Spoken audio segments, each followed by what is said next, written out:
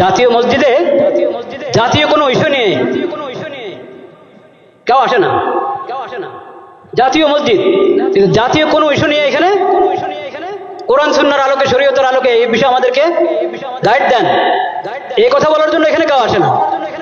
আসে শুধু পানি পড়ার জন্য, আসে হুজুর দোয়া রাখেন, দোয়া করেন, এই কথার জন্য।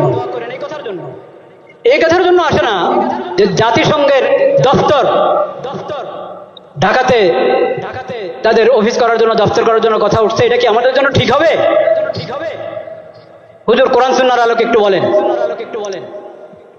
এটা লালবাগ শাহী মসজিদের খতিবের কাছেও যায় নাই, চকবাজার শাহী মসজিদের খতিবের কাছেও যায় নাই, আন্দরকিল্লার খতিবের কাছেও যায় নাই, বয়তুল মোকাররম জাতীয় মসজিদের খতিবের কাছেও আসে নাই। কেন? আল্লাহ ইমাম এবং খতিবকে কেন ইমাম বানিয়েছেন এটা তারা জানেই না, বুঝেই না। একটা ধর্ম মন্ত্রণালয় আছে, ধর্ম মন্ত্রণালয়ের মধ্যে একজন আলেমকে বসানো হয়েছে, মাশাআল্লাহ, খুশির বিষয়, বিজ্ঞ আলেম, কোরআন সুন্নাহর আলেম। তো যে কোনো বিষয় দেশের প্রথমত ধর্ম মন্ত্রণালয় থেকে অনুমোদন নিতে হবে, ধর্মীয় দিক থেকে এখানে আপত্তি আছে কিনা, এই বিষয়ে ধর্মের নির্দেশনা কি, ওখান থেকে প্রথম অনুমোদন নাও, তারপরে অন্য ফয়সালা, অন্য মশওয়ারা।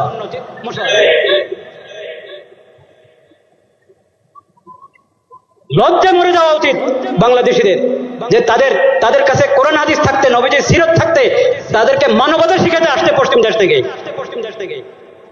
লজ্জা মরে যাওয়া উচিত।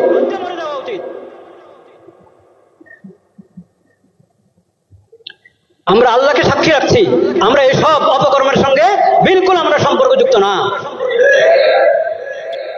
আল্লাহ সাক্ষী, আমরা এই ধরনের সমস্ত কর্মকাণ্ড থেকে সম্পর্কহীন। কাকে এখানে পাঠাবে জাতিসংঘের পক্ষ থেকে? আবাসিক সমন্বয়কারী। ওই আবাসিক সমন্বয়কারী কি জানেন? সমকামী। বলেন নাউজুবিল্লাহ। এখন ওখান থেকে প্রস্তাব পাঠানো হয়েছে, এখান থেকে হ্যাঁ বলতে আর কতক্ষণ লাগবে আল্লাহ জানে। যদি বিবেক থাকে, যদি বর্তমান সরকার ভালোই তো করছিল, অনেক কাজ তো ভালোই করছিল, সুন্দর করছিল, এই শেষ সময় যদি নিজের ইজ্জত রেখে যেতে চায় তাহলে তাদেরকে এই দপ্তর এর ফয়সালা উদ্রহ করতে হবে এবং এই ধরনের এই বিকৃত মস্তিষ্ক লোকদেরকে, বেহায়া বেলাদা লোকদেরকে এই দেশে আসার অনুমতি দেওয়া থেকে বিরত থাকতে হবে। শেষ সময় নির্বাচনের ঘোষণা করে এখন নিজের ইজ্জত নষ্ট করবেন আপনারা। এইসব হারাম কাজ অন্তর্বর্তীকালীন সরকার করক তাও হারাম, নির্বাচিত সরকার করক তাও হারাম, যে করক এসব কাজ হারাম। ঈমান রক্ষা করো, ঈমান রক্ষা করো, চরিত্র রক্ষা করো। ঈমান বিনষ্টকারী, চরিত্র বিনষ্টকারী, আখলাক বিনষ্টকারী কোনো কিছুর অনুমোদন এই দেশে চলতে পারে না। এটা তাওহীদের জমিন।